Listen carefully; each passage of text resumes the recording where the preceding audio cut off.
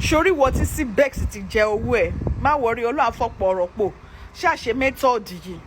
ọ̀rọ̀ tó bá lọ́rẹ̀ẹ́ tí Cbex ti jẹ owó ẹ ṣí ẹ̀ sí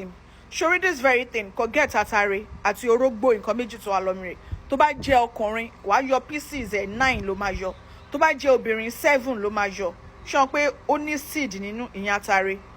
wàá wá jẹ́ pẹ̀lú orógbó before you talk to anybody in the morning wàá ṣe prayer sí nǹkan tó fẹ́ nǹkan tó ti sọnù wàá jẹ́ pẹ̀lú orógbó yẹn ẹyọ kan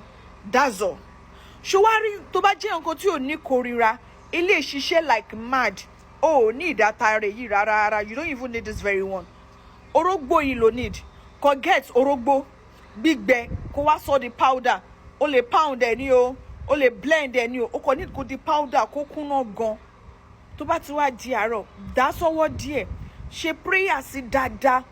ìtọ̀ ẹ tó máa ń kọ́kọ́ tọ̀ láàárọ̀ dáyọ̀ mọ́ ní ìtọ̀ gangan